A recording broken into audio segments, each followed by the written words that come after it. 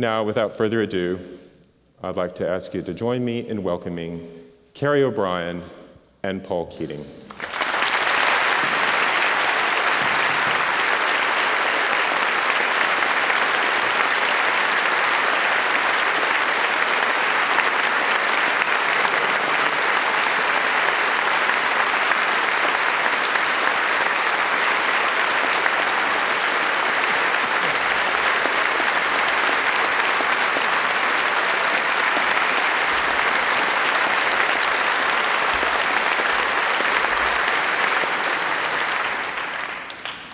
Great acoustics. Great people. Paul, and I'll say to the audience first, this is a collection of post-prime ministerial speeches ranging across a very wide range of topics, and it's going to be a somewhat eclectic conversation as we jump from topic to topic and maybe roam back again.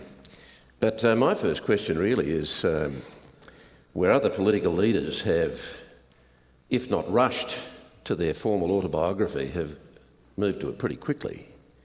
So here you are 15 years later, and this is really your first substantial book. There was a much briefer one on foreign policy, but this is it really, and it's a collection of speeches. Why no formal autobiography? Well, I've always had the view, do you really have to do all the work and then write about it too to be valid? Really, in other words, it's a bit like, the habit Chinese people have of taking a picture. If there isn't a picture, the event didn't happen, It's a bit like the book. If there isn't a book saying what you did, you didn't do it. Whereas you look in this country, all these changes more or less speak for themselves. And a very important friend of mine, his name starts with K, I won't go, around the world said in a very deep voice, he said, Paul, if you're any good, someone else will write about you.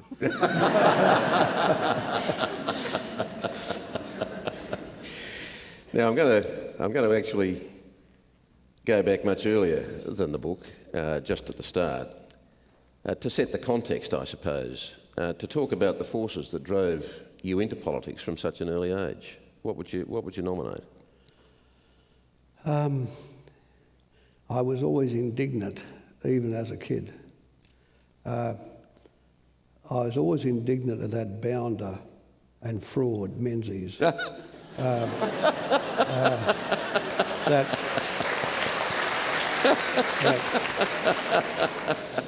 Edwardian dandy, not that it helped that we had someone completely hopeless as leader, that was Evatt, and then Caldwell after, but my father and I would stand on the polling booth and I'd run around putting out the leaflets in the letterboxes in our square we had in our branch, and every polling day we lost, for a series of, so you had a lot of elections. You had, I think there was 54 and then 57, don't ask me to remember them all, 61, 63. They weren't all 3 years apart, there was a series of them, And the Labor Party just sort of, didn't have and yet you knew it was a party of good people. It was a party that represented the bulk of the people. And so there was that about it, that is, the other thing, of course, was, the other thing I was interested in was, of course, I've often said, Churchill, and even though he was an old Edwardian himself, but not a dandy. Hardly a dandy. And he was all substance. He was all tip and iceberg, not just tip.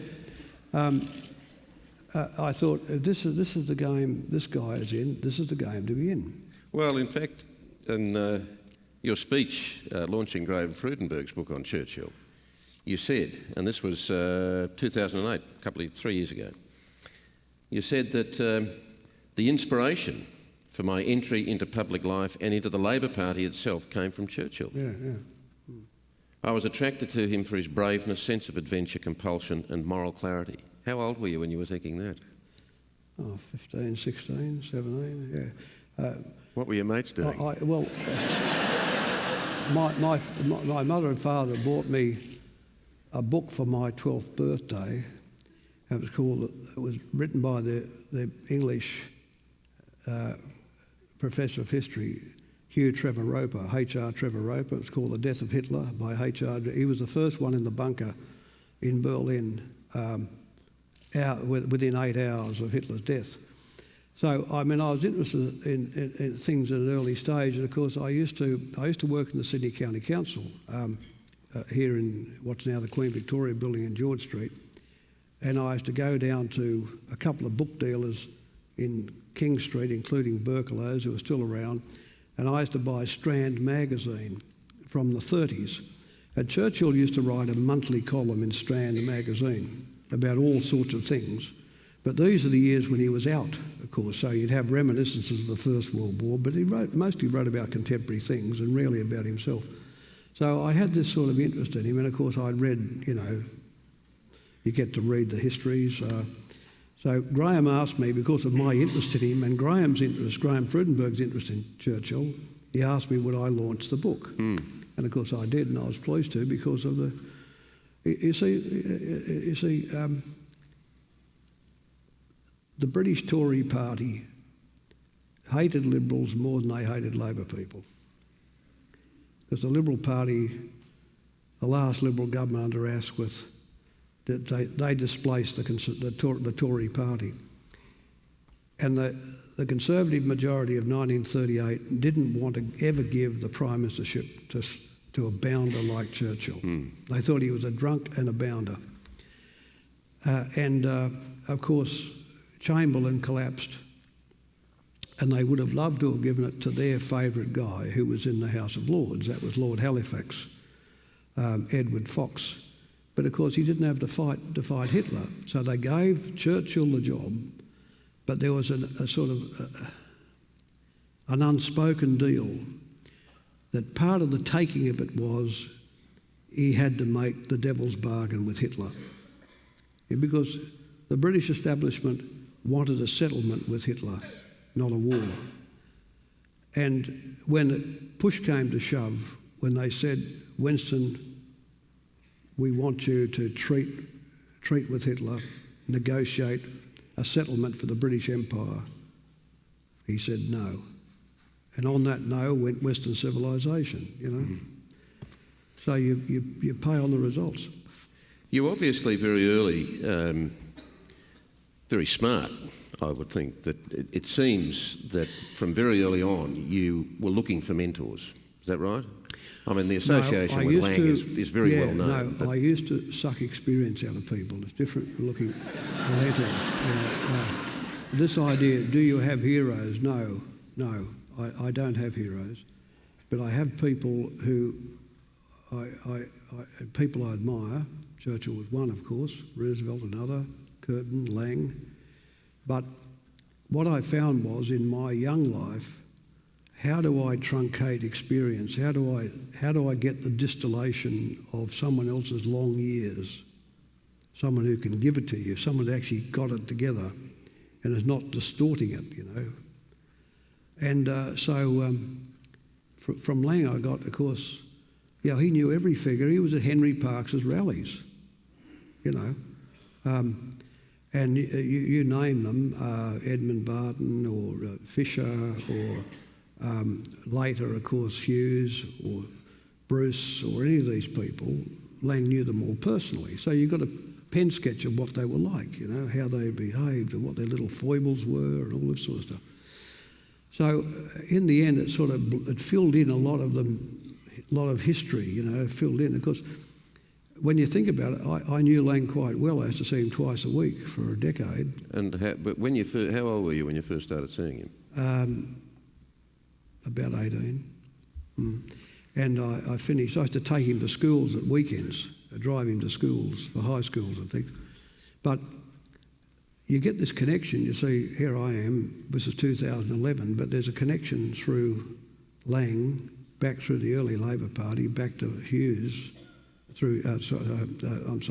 Back to Henry Parkes. I mean, you can actually take the drift of Australian public life back that far, and there's a sort of somewhat of a connection running But through. the remarkable thing is this to me, Paul, that you had no formal education beyond 15, yet you had an immensely curious mind. You obviously had a hunger for knowledge. Yeah. You had already developed an obvious interest in, and from what you're saying, a sophisticated interest in politics. Yeah. To be seeking these things out, where did that come from? Do you know that? Just to find, I think, I used to always try and find out what is the sense of this? What does it mean? Like, for instance, when I first got elected to the House of Representatives, one of the first people I saw was a guy called Sir Lawrence Hartnett, Larry Hartnett. Oh, yeah.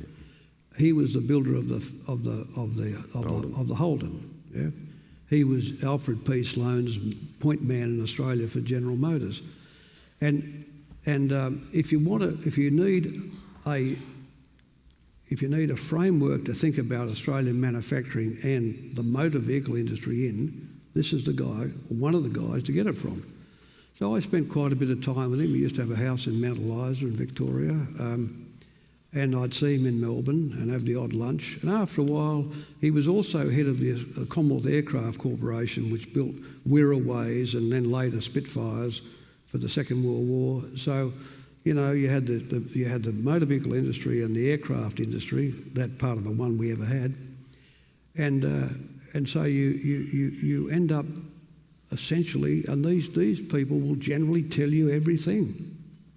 You know, if you're listening well, I mean, if you've got the antennae out, they will give you things. So Gough said to me one day, of course, you seem to have this fascination for old men. And I said,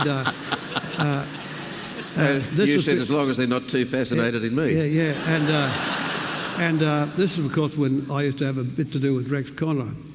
And I said to Gough, well, of course, if your prime ministership, I mean, I said, then Gough, I might have an interest in you. Okay. So as I say, this conversation could go anywhere. We can, and leadership is not there. Leadership is clearly a very big aspect. I mean, it's fundamental to politics. You say you gave 2 speeches on Curtin, and this was in July of 2002. And in the context of this, you say leaders are significant in history. There's more to history than the determinism of events. Personalities do matter. The scope of their minds matter, their courage matters, their capacity to make people believe matters, and leaders carry that singular burden, responsibility, being trustee of the nation's safety and its future directions, and the pressure that involves makes a leader's thought process different from other ministers or officials. And you say that where Curtin was a wartime Prime Minister who probably would have wanted to be a great peacetime Prime Minister, whereas you seem to function at your best when your back was... I was never more at home than when my back was to the wall. That's right, yeah. Always. Don Russell used to say to me, my private secretary, I was here this morning, not here now, he said, we'd sit around some morning, he'd say, I wish someone would attack us.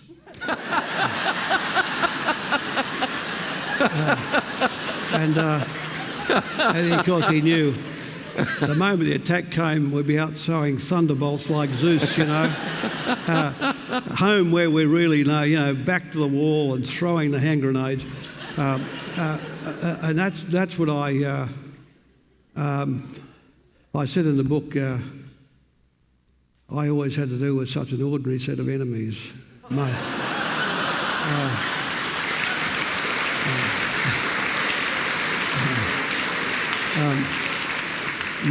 Mostly the remnants of our failed upper class, the Bunyip aristocracy, the Liberal Party. Well, you right in the very introduction, you quote Friedrich Schiller, the German philosopher. Yeah. And in fact, I'll explore this now because I want to quote something of Schiller's back to you. It's only through beauty that man makes his way to freedom. Yeah. People wouldn't often associate beauty with politics. Yes, but beauty is about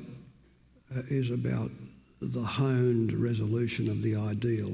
You know, it is a search for perfection, and you know, our minds are wired for beauty. And I don't mean just physical beauty, but I mean beauty of ideas, beauty in truth. What is true and what is good, and it's only, I think, through also creativity that which I associate with beauty, that new paradigms are revealed to us. So one might not associate the long straight lines of policy logic in my years as Treasurer or Prime Minister, but the idea of beauty is definitely in there. That is, no second-rate solutions, no corner cutting, no dodging the real matters. Now, in the end, keeping a cabinet up to that standard is hard to do. But you get a choice in this. You can be in the sort of mediocre department, or you can climb above it. And this is why I think that the notion of the search for the ideal, as it was called in other days, is just as apposite in public policy or economic policy or social policy or foreign policy as it is in the sort of you know, in a picture or in music or in other things. And yet, democratic politics is a deeply imperfect beast, and a very ugly one at times. I mean, the principle is profound, and outcomes can be profound, but the practice can be very ugly indeed. And you're pursuing beauty through that. You can define, or you can produce a wonderfully creative and beautifully crafted piece of policy.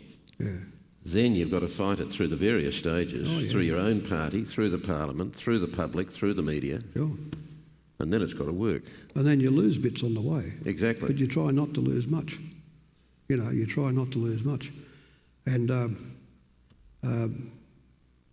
mean, I watched the process in America, have over years. I worked there for a couple of years, but have been particularly struck watching Obama, who came to office in America with such authority and with such promise and with such expectation, and then to watch this thing called health policy that they've been trying and failing to reform in America for many, many decades, and to watch that being whittled and whittled and whittled. It's almost like watching his soul being destroyed before your eyes. Well, the fact is, I think Obama had the chance to change the American, he had a chance to smash American radical conservatism with a massive mandate, control of 2 chambers of the American Congress, but he let them have the ideology and said, "Can I have health?" To which they said, "No." They were always going to say no. So the truth is, he should have had the sword out from day one. And you know, okay, it's blood and guts, but that's the game we're in. And he did, but it's not the game. It's the game I'm in, but it's not the game Obama is in. He wants to send all the customers away satisfied. I mean, I'll go back to Lang. He was such a formal fellow, Jack, when I used to see him. He used to always call me Mr. Keating. I was only 18, you know. Of course, I'd always call him Mr. He said, "Mr. Keating, you'll never be anybody until you have a decent stock of enemies." And it's true. It's actually true. But see, some people cannot live with the notion that a large proportion of the country don't like them or want to destroy them. I think this is Barack Obama's problem. He wants to have them like him. Well, movement conservatism has basically destroyed the American social compact, you know. The social compact was largely Roosevelt created, which was stuck to by Truman, then by the Republican, Dwight Eisenhower, and of course then Kennedy and Johnson, and then Nixon, another Republican. really came to grief with Ronald Reagan when the Conservatives overtook the public bureaucracy of Reagan and then carried it through the Republican Party thereafter. Now they're at the point they won't even agree to tax increases. You know, they're so ideological. So the idea that the American Social Compact was about the productivity of America was shared between wages and profits, and people's living standards all went up, but there was essentially a compression where the income of the people at the very top was 5 or 6 or 8 times those at the bottom. You know, now it's thousands of times. And for instance, in America, there's been no increase in real wages since 1990. In Australia, under the wages system I set up, enterprise bargaining, we've had a 36% real increase in wages. 36% real, above inflation. They've had the same. So what this means is that none of the productivity of America, none, went to wages. But this is scandalous. If you're a Democrat, if you're him, you say, our number one priority is to re-establish the equity and justice of American life. That's number one. Instead of that, he goes chasing after health. He lets them have the ideology. He doesn't fight them on the main game. And in the end, the Congress just ragged over it and cut it to ribbons. And then, of course, they said, well, you don't seem to stand for much. And they made a lot of that stick, including the financial collapse in 2008, which had nothing to do with him. And he lost his majority in the Congress with the mid-congressional elections. So once you've lost your power, you've lost your moral authority, you've lost your power. So it doesn't matter now how successful an orator he is. They think when it comes to the big fights, he won't have them. You know, and in the end, I used to often say this in the cabinet room, you have to have the fights. We don't want to have the fights, but you have to have the fights. You nonetheless were very preoccupied with the importance and the power of language. You say Curtin used language to turn a nation's head. You say a good leader will be interpreting the future to the present. Yeah. And that interpretation necessarily has to be articulate and coherent. Now, Obama's got coherence and articulation in spades, hasn't he? Yeah, but in the end... is he indignant, you see? Is he indignant, truly indignant, about the lot of the American working class? You know, is he indignant to the point where he'll risk the presidency? See, in America, you get 2 terms. That's all you get. Here, I won the 5th election here. They're short terms. They're 3 years, they're not 4. But if all you have at risk is the second term, wouldn't you go for broke through term 1? Now, what is it in the Obama character that has him not going for broke in term 1? I suppose partly the fact that he was probably handed one of the biggest messes for a new government and a new president in American history. Sure, that is true. And I guess you'd say that's when a true leader shows his mettle. That's when the going gets tough, the tough get going. That's the point. But your point is about leadership. Yeah. Leadership is everything, and words are the currency of public life, right? So, therefore, to tell the story is important in doing the thing. In other words, to encourage a nation into changes or into a change in the way they view the world. What leaders say matters, and therefore, Curtin understood well and did well at changing the Australian psyche about the war and about our circumstances. One of the things I do want to explore in this context today is the state of politics today against earlier times, and we're not going to go into long, turgid arguments about the whys and wherefores. There's been quite a bit of debate about that, with good reason, I would have thought. But it seems to me that today's politics are the politics of defensiveness. Yeah. On both sides of politics in Australia. There doesn't seem to be anybody on a positive front foot. And it also seems pretty clear that on the one hand that there is a substantial change in the nature of the people coming into politics. Yeah. And this goes back to Obama in one sense, that people are arriving at politics as an early career option rather than having gone through a certain amount of life experience before they do it. Now, you were an exception to the rule in your generation and the generations before. Yeah. Yeah. But now, those coming into politics early as gee, will I be a politician? Will I be an architect? Will I do a trade? They don't seem to arrive necessarily with quite the same passion, or if they do, that passion is kicked out of them. Now, you said in your speech in October 99, when you accepted life membership of the Labor Party, the Labor Party has always been able to remake itself. Even great parties like the British Liberal Party expire. We, Labor, in 99, are now 110 years old.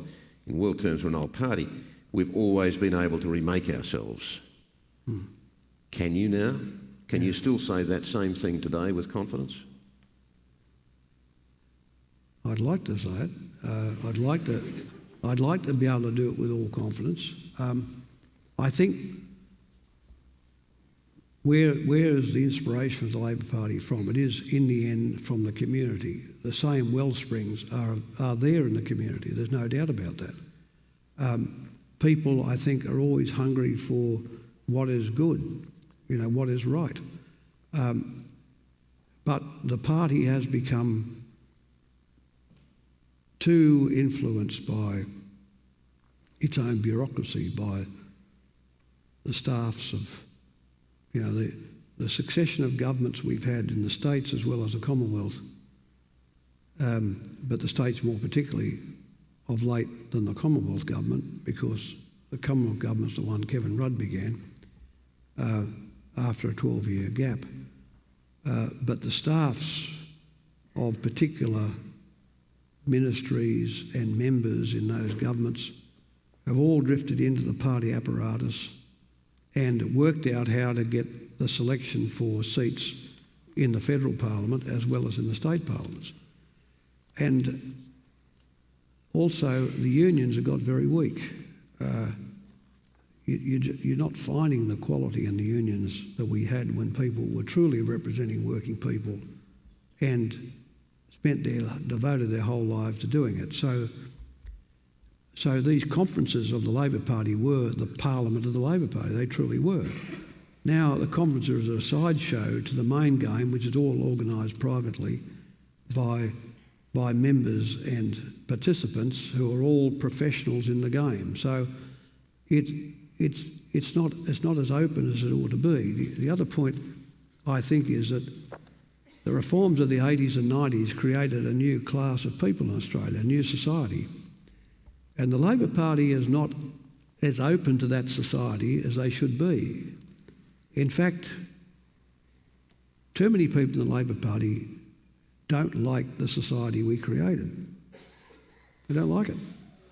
And they don't see common cause with the people who have grown out of that society. Many people who are self-employed, professional people who have just as many good instincts of a Labor kind as manual people have had in yesteryear, but they are not really, the avenue for their participation is not there. We're not as open to them.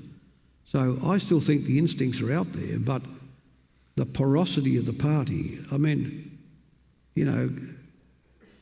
breaking into the selection system in New South Wales is like breaking into the Bank of England, It is, you've got to be around in the know, in the swim, with the people, rather than be there with some ideas or some verve, But in terms of arriving with some passion, with some conviction, with a moral compass, and you talk about the need for morality in government, in politics, where is the moral compass of this Labor government?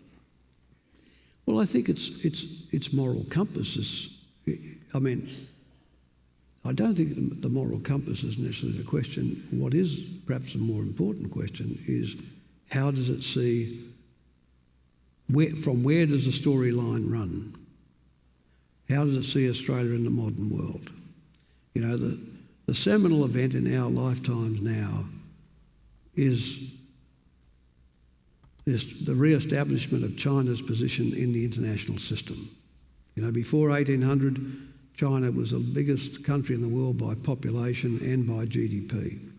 It remains the biggest country in the world by population. It will, before many years are out, be the country with the largest GDP. Not GDP per capita, but GDP in aggregate. You know, the advent of the modern China is going to change the way the world functions, but more particularly the Asia Pacific. So we've got to see that event. We've got to see Australia in here. But here we are this week, you know, still covering a visit by the Queen. No, we are, yeah, you know, I mean, waving that embarrassing flag.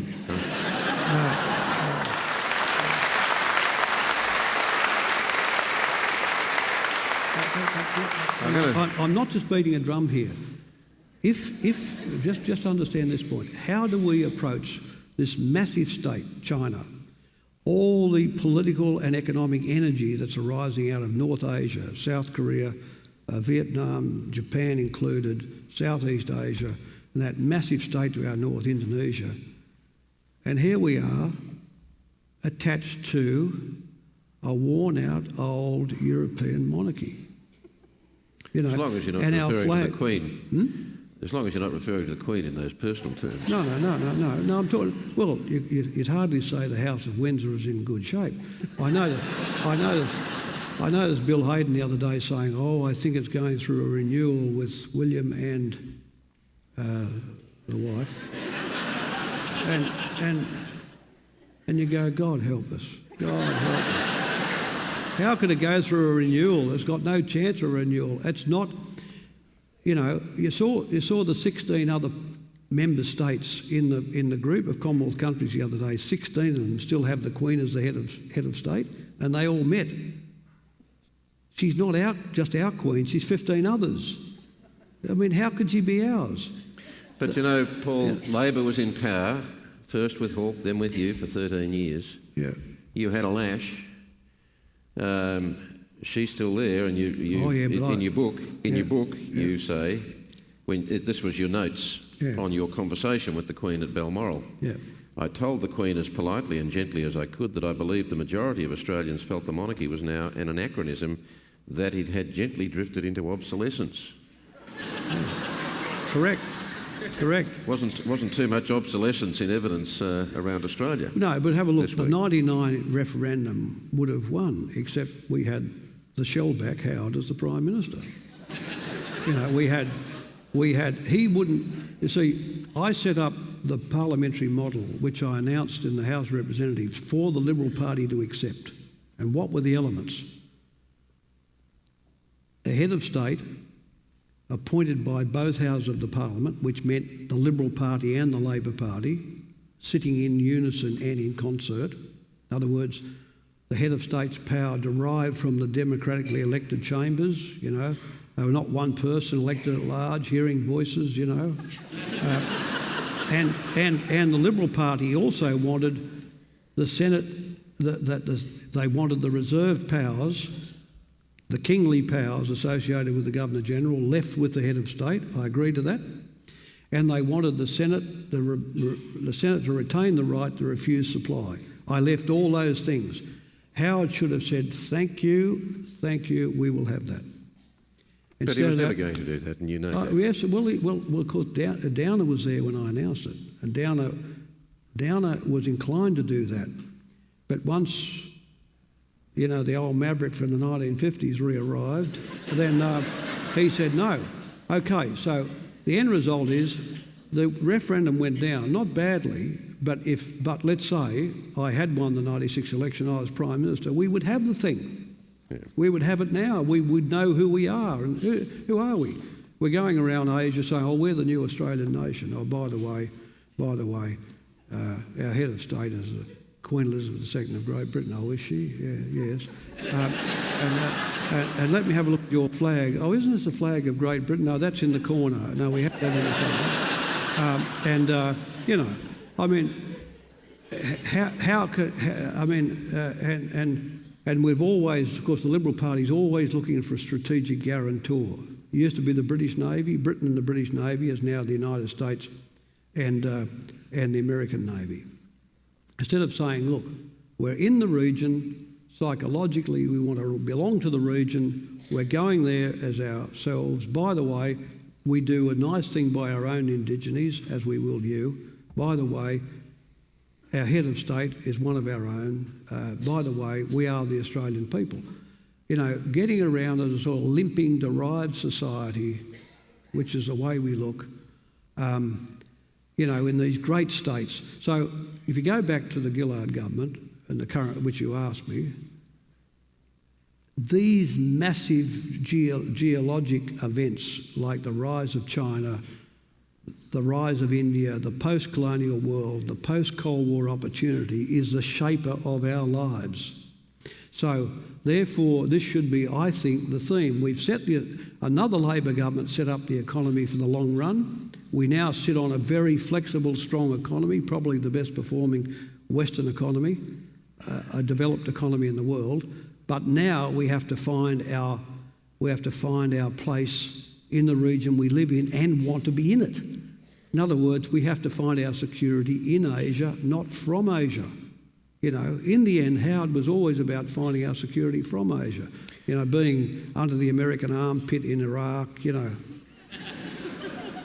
But talking about politics today, not just here, I think there's a common theme both here, Britain, America certainly, in terms of the nature and the state of politics. You don't need much urging as a rule to point out in relation to Tony Blair's third way or Bill Clinton's third way that in fact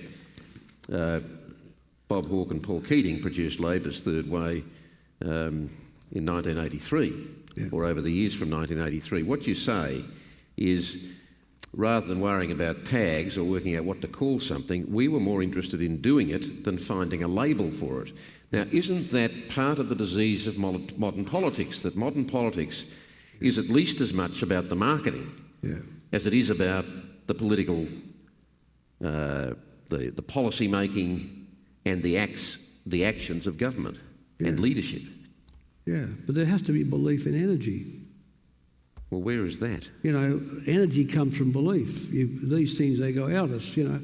And this is completely infectious in a political party, and of course then it seeps out through the pores of the political system into the community.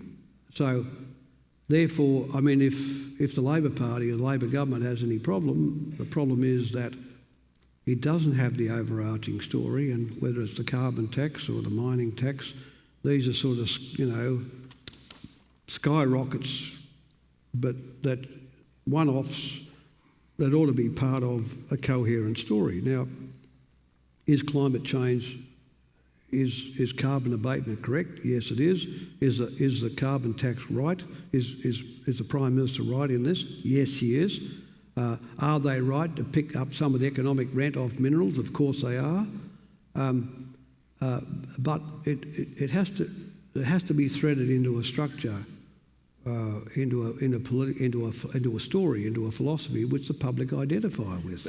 But at the very heart of good government and good leadership, there is an irony to me in the extent to which modern politics relies on marketing. Yeah. Marketing is about selling a message, and yet at the same time there is this immense failure to sell a message. Yeah. So it's about the machinery of marketing, and in the process, the art of good communication is lost. Well, in the business you were mostly in, Kerry, which is commentary through the flagship programs of the public broadcaster, I think you had the skill in being able to ask a political personality about issues, and the camera is all revealing. I think the public can see immediately and make their own judgment about what that person is saying, whether they really believe it. Is their story credible? Is it right? Is it persuasive? And you must have persuasion. You've got to have people that can persuade people to do things, you know. And I can't see that the persuasion can't come out of a briefing note. It can't come out of a good idea. It's got to come out of you. And I think this is the and out of a good cabinet. You see, I think one of the problems the government has had, I think Gillard is now changing this, but to have the value of a cabinet discussion where cabinet ministers who are speaking in the collective about matters not their own but matters of the cabinet, these discussions end up producing the sum parts of them are greater than the individual bits. And so you end up with a whole force of people imbued with the idea around each decision and go out to the community and sell it. I think losing that, in a sense, that cabinet value, which I think Kevin Rudd lost probably, has been the greatest single loss they've had. That's now being, I think, largely restored or being restored by Julia Gillard.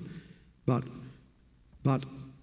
there was a time when, in the cabinet I led, any line minister in social security or education or health would know what the foreign policy line was, would know what the general economic lines were. In other words, everyone was in the yarn. So this comes when a government truly knows what it's doing and where it's going. And you and I were saying in the ante-room outside, the static of public life robs people of the time to think. You must have the time to think. You know, you've got to say, I'm in charge of the system, but where am I taking it? Not what's in the latest briefing note. Where are we really going? And I think this distraction of the media is a modern thing. I mean, I didn't do it. Howard did it. Howard would turn up at 2 radio stations a day.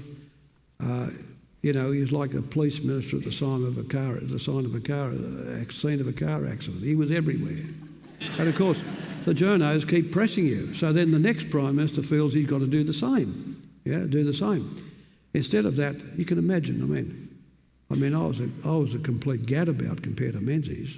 And Menzies wouldn't even think about doing these things. Now, sure, times have changed. Menzies didn't have television for start. No, times have changed. But all the same, you do have to think about the things, where it's all heading, and that political irradiation inside the cabinet, inside the party, has to go on around a system of structured thoughts and beliefs. Is it fair to say, and I'm not throwing this up as a Dorothy Dix about how wonderful your leadership was for a second, but is it fair to say that after you, Labor lost its way in terms of leadership? You wouldn't you, regard that period in opposition of Labor's as a period of lost opportunity and a failure of leadership? They walked away from the productivity agenda. They walked away from low inflation. I mean, we gifted the Liberal Party a 2.5% inflation rate. I'm talking about on Labor's side. Yeah, no, on the Labor side. Yeah. I'm just saying we walked away from that agenda. We walked away from that massive success, a doubling of trend productivity, therefore giving us sustainable inflation, running on average at 2.5%.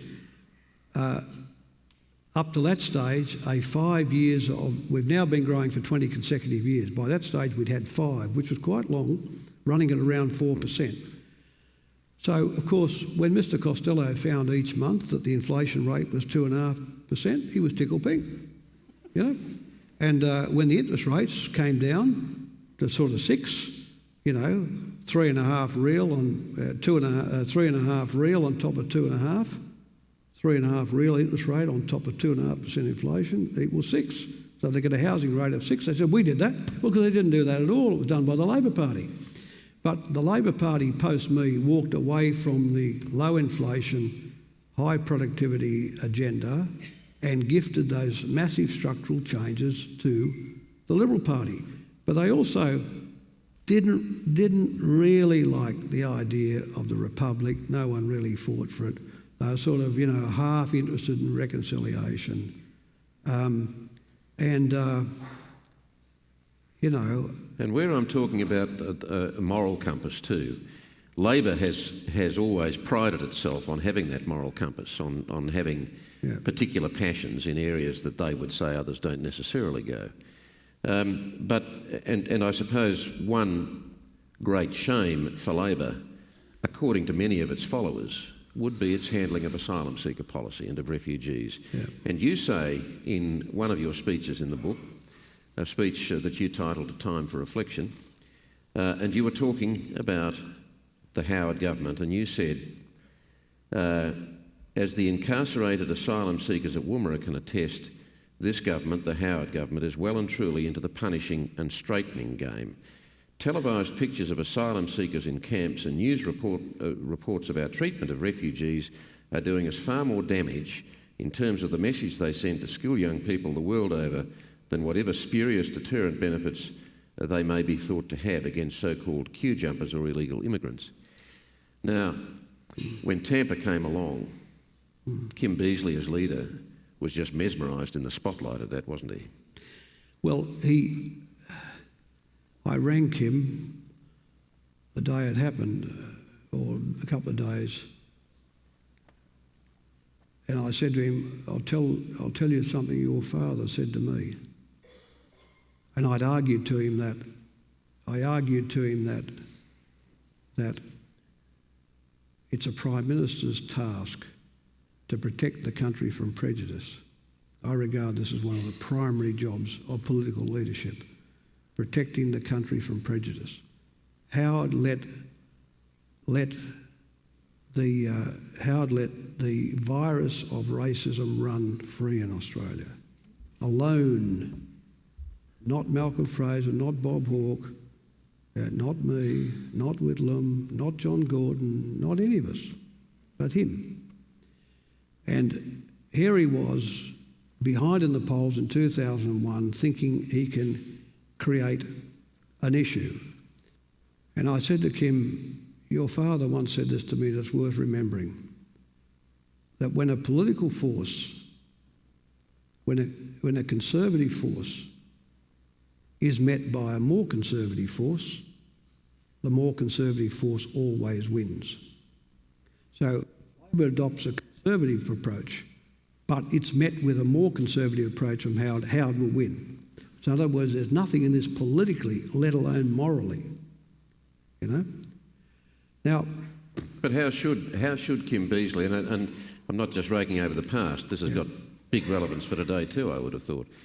How was Kim Beazley supposed to react? Because in fact, it was your government, it was Jerry Hand, I think, in your government in 1992 who introduced detention centres for asylum seekers. No. What happened was we used to have people turn up in the Australian community. They'd be picked up at sea or brought abroad, and they just disappeared into the community. You wouldn't know where they were from that point onwards. So Hand's view was we needed a process to check their bona fides, to see whether they were in fact refugees, to see whether they had tuberculosis or they didn't, or do what have you. So it was a sort of a way station. What Howard did was turn it into essentially a quasi-penal structure. This was never our intention, and we never did it. But the idea, I mean, here we are with this island continent of ours and a sea all around us. You imagine how porous, well, we know how porous the border is between Mexico and the United States. Imagine if you were in Germany with 8 states around you, how porous your border is, or even in Britain with that 21 miles of sea. But the bottom line was, Paul, that it was your government that began that process of mandatory detention.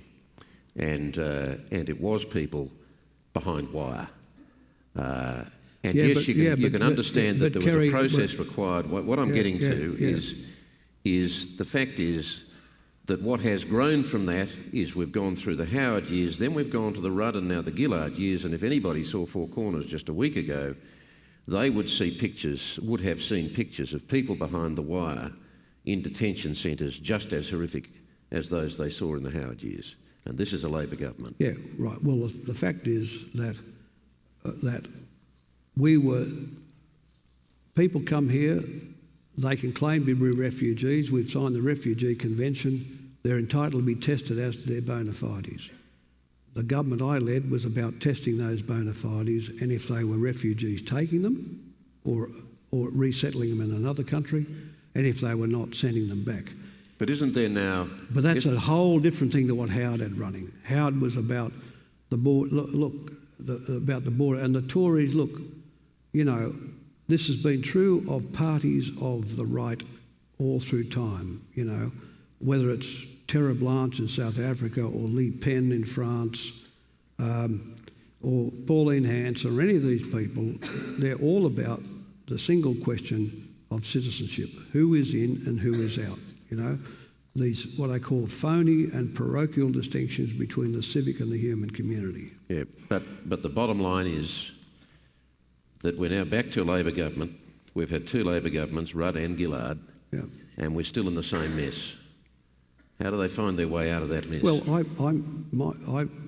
I spoke to Chris Bowen about this recently, and I told him I'm in favour of onshore processing. This idea that we go through these subterfuges of sending people to Malaysia and sending people to this place and it's just to play the nasty Howard game. And in the end, here you are trying to say to the region around us, this massive archipelago of 230 million Indonesians and all of Asia, here we are, 20-odd million of us with a continent of our own, and we're saying we're going to lock the borders up. We don't want anybody. I mean, and behaving badly on the way through with, as you say, the way in which the detention centres have developed. You know, this is not a winning policy for Australia. It just isn't. I want to move on quite specifically to global politics now. Yeah. And you talk in a number of speeches about American exceptionalism. Yeah. You talk about the squandering of opportunity post-Cold War. And one of the people that you point the finger at specifically there is Clinton. Yeah, Bill dropped the ball when it really mattered. He had the great opportunity.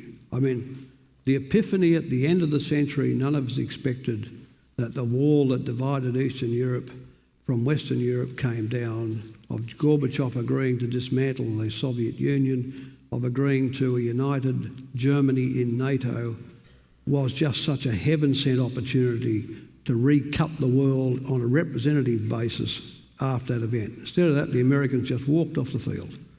They went home, they took the peace dividend out of the budget, they got their budget back to surplus, they luxuriated in all their new technology, they had the dot-com boom, and the whole of the 90s was spent fundamentally in an exercise in triumphalism. But Bill Clinton, to be fair to him, still kept liberal internationalism alive. He still ran the conversation with partners in the old alliance, Cold War alliance structure. This all changed with George W. Bush. This is where they eschew multilateralism, where they eschew and reject keeping the tenets of liberal internationalism alive, where they say we have a right, we're in a unipolar moment, we have a right of exceptionalism to go past a decision by the United Nations, to invade a country, to do these things. So the end result is that 4 American presidential terms, the 2 Bill Clinton had when he could have started making a new structure which included Russia, the then loitering Russia. I mean, just to digress for a moment, there's one state in the world that has the capacity to obliterate the United States, Russia. If you had just reached a point where its empire had collapsed, was it beyond your wit to develop a European construct which included them? Instead of that, the Americans took, straight away, they had Hungary, Poland and the Czech Republic joining NATO right up to the Russian border. Forgetting, of course, as every Russian nationalist knows, 26 million of them died rejecting Hitler and putting the cordon sanitaire between Russia and Germany. You know, straight away, under the Clinton administration has Hungary, Poland, the Czech Republic right up there, and the George W. Bush administration says, we'll top that, we'll have a missile defence right around their front fence. So, of course, we've created Putin. He's now talking about a Eurasian federation of states. This is the worst possible outcome for the West. You know, Putin is a creation of American public policy. So here's these great states living under the yoke of colonialism, like India until the early 50s, Indonesia, Vietnam, and really nothing happened during the Cold War. They were sort of constrained But all of a sudden, the bipolarity is gone, and these massive states like China, India, Indonesia are up and going. What is the answer of the United States? Does it have a new model, a new, more representative structure for the world? No, it doesn't. And the only time they get the G20 together, which is at the end of 2008, is when they needed a creditors and debtors meeting in the one room. They were a creditor, and the Chinese and other states were a debtor, and the Chinese and others were a creditor nation. So the G20 was put together to fundamentally bail out the world by expanding fiscal policy and funding the collapse in Wall Street.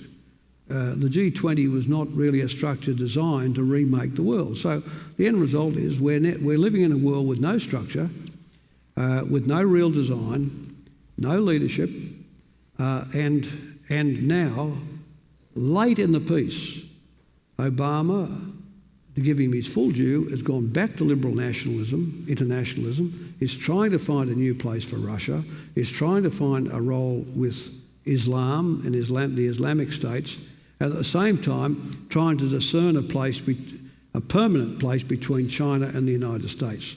But they lost 16 years, 16 critical years. Now, one speech that you've written, that you presented on China, September 2004, that you actually gave in Beijing, and you're particularly praiseworthy of Deng Xiaoping, which I assume you would have said that anywhere else, but you said it in China. You say, of all the great people of the 20th century, those who shaped and influenced it, like Winston, Churchill and Franklin Roosevelt, no 20th century leader will have a greater influence on the 21st century than Deng. What he did in the 70s changed the world, or certainly the way the world will work in the future. Trying to crystal ball gaze on this stuff is getting harder and harder, it seems to me. But one thing that we do know from history is that when a great power starts to lose its way, when a new power emerges, the tectonic plates and the pressures that are pushed through in that period often leads to conflagration, leads to war. And the big question, I think, for anybody trying to formulate foreign policy into the future, there is that fear, which is like the elephant in the room, isn't there, as to how America is going to handle not necessarily a kind of simple or clear-cut transition of power straight across to China. It's not going to happen like that, one would think. But does America have the maturity to the wit to be able to handle the sharing of power? Well, I think the answer to that is maybe. Maybe. Maybe. You see, it is imperative that we do not try to do to China what Russia, Britain and France did to Germany at the end of the 19th century. That is, to regard Bismarck's creation as illegitimate, to regard it not just as a commercial competitor, an economic competitor, but a strategic competitor. And at the moment that you start tying up these rigid structures, everything gets magnified and turns to trouble. I mean, the moment Russia and France signed the Entente, was it 1895, and then Britain joined it in 1904, the game was set for the First World War. We just rolled down the road to the First World War, and every little event is magnified. So what happens? An Archduke of Austria is assassinated in Sarajevo, and the whole world goes to war. So it's important that that all of us, the West particularly, do not regard the re-establishment of China's position in the international system as illegitimate. It's completely legitimate. China is, as someone said, a force of nature. It's a quarter of the world's community, and they're clever people. And why should they be slated to live in poverty all of their history? And it's also a landlocked state. It's never been an adventurous military power. So the idea that in some way, because of its mere advent, the mere fact that it exists, that we have to ring fence it with a military arrangement, say, as we saw people speaking of between countries like Japan, Australia, the United States, would be a disastrous policy. for the world, not just for us, but for the world. So therefore, the United States is going to have to get used to the fact that it's not the only dog in the street, that in this part of the world there will be a concert of powers in which it is one. It's still going to be an important one, but the key point is not to let the structure go rigid. The key point is to keep diplomatic flexibility in there, so that the Western Pacific doesn't belong to China any more than it belongs to the United States, any more than it belongs to Japan, or any more than it belongs to India. But the people who are going to be handling, and are handling now, these shifting plates, the shifting sands of the modern geopolitical world, you describe these leaders as this ocean of ordinariness. Yeah. In a speech on the re-emerging, that you called the re-emerging crisis that you made mid this year. Yeah. You say, you really wonder why leaders want these jobs when they don't really want to lead. Yeah. And what is their risk? That Barack Obama will not get a second term, or that Angela Merkel's coalition might finally end up on the rocks. If they actually make the leap, they might astound themselves. And you said something along those lines earlier with regard to Obama. But here we are with these deeply uncertain, deeply disturbing times in many ways. For leaders, we have an ocean of ordinariness. Yeah, we do. We do. You can't. The last leader in the world who had a big idea was really Helmut Kohl, the German Chancellor. His big idea was, let's have a Europe. I mean, there was antecedents to this, but he was in the end, the final idea was, let's have a common market, no customs borders. Let's have a customs union. Let's have the single market, the European Union. Let's have a single currency. Let's have a united Germany, but have it in a European homeland, you know? That's the last big idea in the world. The rest of it has just been drifting along. Whether it's the Clinton administration in respect of the post-war years, or it's George W. Bush and people like Wolfowitz and Cheney who think they could take on the world. Look at the Americans now. They're going to walk out of Iraq at Christmas, not have a base in the Middle East to offset Saudi Arabia, which is what they wanted. And they're going to walk away less 5,000 of their men and $3 trillion of their revenues. Yep. This is, they're going to walk out there with nothing. So, and then you look at who is setting up the structure of international governance. Where is it? Is it an emergency G20 meeting to make people pay into a European fund to ask the Chinese, will they contribute? What we need is a new international settlement, But the people, you can't see the people around to do it. It's not to say, I want to be fair to Barack Obama. He's had a lot, as you say, to deal with. His speech in the Middle East in Cairo 2 years ago was phenomenal, I thought. His view that the Russians had been poorly treated and that they deserve a new deal was, in my view, correct. His desire to rid the world of nuclear weapons is again correct. His desire to come to a rapprochement with China is an appropriate and good view. But what there isn't is a bigger view about the way the whole world is set up. You look at Roosevelt. He was thinking about the United Nations conference in 1948, which set it up, 3 years after he died. He was thinking about it 3 years hence before he died. We just don't have that sort of thinking today.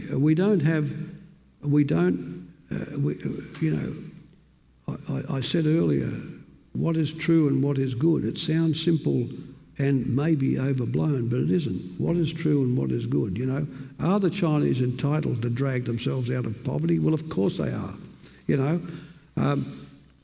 Will they accept perpetually the South China Sea being patrolled by the American 7th Fleet? Well, of course they won't, any more than the United States would enjoy having the Chinese Blue Water Fleet patrolling the coast off San Diego. Of course they won't. So these things, now we can play a role in this as a middle power. You look at the things we've done in the years of Hawke's government and mine, the Chemical Weapons Convention, the Cambodia Peace Accords, the ASEAN Regional Defence and Security Forum, APEC, the APEC Leaders Meeting, the first piece of political architecture in the Pacific, the Cairns Group for International Trade of Developing Countries. This is out of one little country of 20 million. Imagine if we were running the United States, what sort of world we'd have.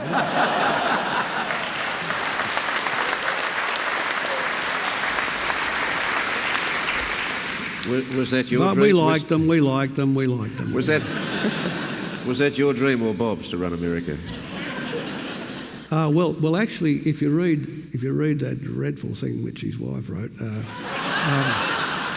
she said, no, this is worth a read, that she said the Chinese actually approached Bob to be president of China in the interim. Now, you think I'm making this up because she actually made it up, but there we are. I mean, no, I don't. I think one has got to know one's circumstances. If you're born into Australian public life, if you're born in this country and not the United States, you're disqualified from being president of the United States. You can never play in the big game. Bad luck. But there we are. You love the country you live in, and you do your best by it. Well, if you love the country that you live in and you've done the best by it as you've seen it, come forward again to today and you say, in a very ordinary world, Australia has been set up to do well. And I know you're referring substantially to the reform era of Hawke and Keating. But Australia having been set up to do well, how many Australians do you feel right now are being represented well in the world? How many Australians do you feel have faith in their own political system? How many Australians, when they read the papers, read the headlines every second day, they see the fascination with opinion polls by everyone from the politicians to the media, and they see after a leader was replaced in the last election, a man elected to become Prime Minister, thrown out by his party within that term without being able to go back to the public, and you see your party actually contemplating doing the same again. How do you feel about that? Well, let me go to what I think the Australian public is seeing. I think there's one thing they do understand. They understand what is true and what is right. They're very good judges of events. And more than that, they are conscientious to their best instincts. And if you are straight with them, you see, let me give you an example, Kerry. When our terms of trade in 1986 were at 1932 levels, I said, if we do not adjust this country, we will become a banana republic. In other words, we're not just going to slide through here with some modest little changes that we won't tell you about. Unless you face up to the fact that we will not make it as now, we will not make it. Now, at the time, a lot of people in the Labor Party said to me, this was impolitic, this was out of sync, this was out of story, this was out of this. But the public said, nasty message but true. Nasty message but true. So the best place for the integrity of the Australian political system, the best place to begin with is to take the public into your honest confidence, to tell the truth and explain the problems to them. I think they're so willing to take on remedial changes, they will reward the party that does it most earnestly and best. I still think that's there. And I think getting those stories out, which is what you've done most of your life, pulling that story out of people and getting it out there, if people see that, they will respond to it. But if they see the obverse of that, cute, poll-driven language, poll-driven policy, and then no regard for the mandate they've been given, no regard for the people's mandate, which was clear in the dismissal of Kevin Rudd, then of course they are completely turned off by this sort of behaviour. So the answer is in being upfront and having a structure in one's mind and having a framework to think in and talking to the country honestly and not going with the little slick guys that keep running the polling. I mean, they've been around a long time. You've got to remember that, you know. I used to have that Gary Gray come up to me, always with a set of poles under his arms and a sort of worn-out looking jumper. He could have been a bag man at the local markets, you know. And I'd say, listen, Gary, if you haven't got any more to tell me than you think we're doing badly in the polls, for Christ's sake, go. You know. But having said that, there has never been a time when Labor's stocks have been so low. And sure, I don't want to get fixated on opinion polls any more than you do, but there is a pattern that is undeniable that has emerged with this government, and that is Labor's stocks have never been lower in polling history in this country. True. So even allowing for what you say about changing leaders without the mandate, can Labor afford not to change leaders before the next election this time? Well, they wouldn't appreciate me giving an opinion about that, and I don't think it's reasonable, Kerry, that I should. The fact is, Gillard's entitled to her go. But we shouldn't be ceding ground to the Greens, you know. And I don't think these coalitions with the Green does Labor any good. I mean, you've got Bob Brown wandering around there like some kind of, you know, environmental Jesuit, for God's sake, you know. And I you know, yes, okay, well, Bob's got Gordon below Franklin, which was done by the Hawke Cabinet.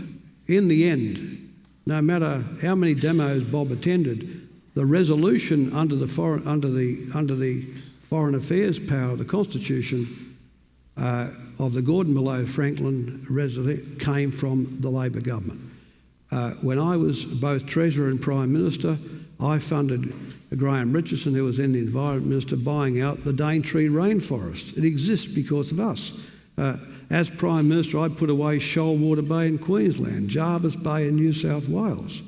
You know, these massive stands of trees in Victoria and in Tasmania. Now, when we see that, and I might also say, in 1988, in 1987, in a visit to the French Prime Minister, Michel Rocard, I asked him to think about not signing the Minerals Convention in Antarctica.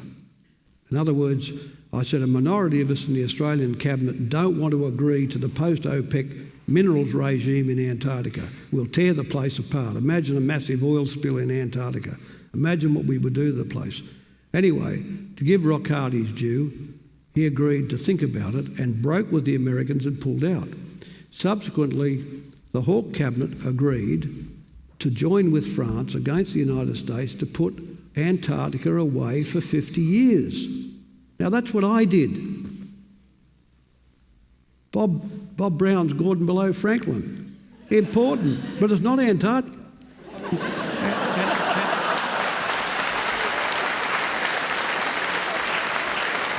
And so, you know, when he gets around with that sort of, you know, bad halo on, you know, Bob just needs the old political karate chop, you know.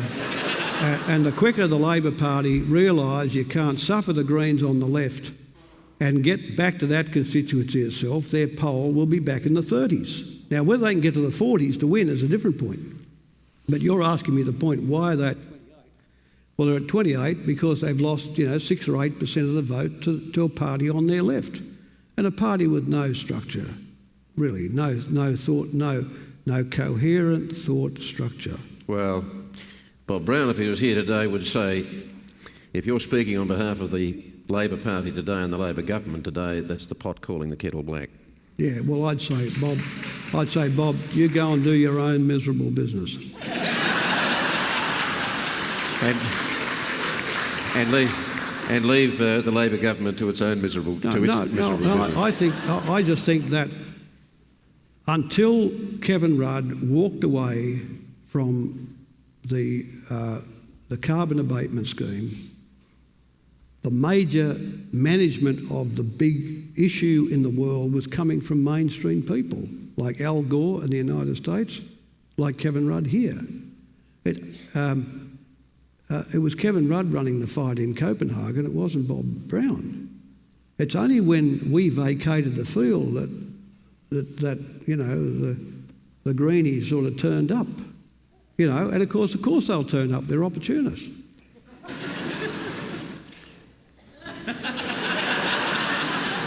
No, let me correct that. They're not Robinson Crusoe. No, let me correct that. They're completely well-polished opportunists. Paul Keating, thank you very much for sharing. Thanks very much.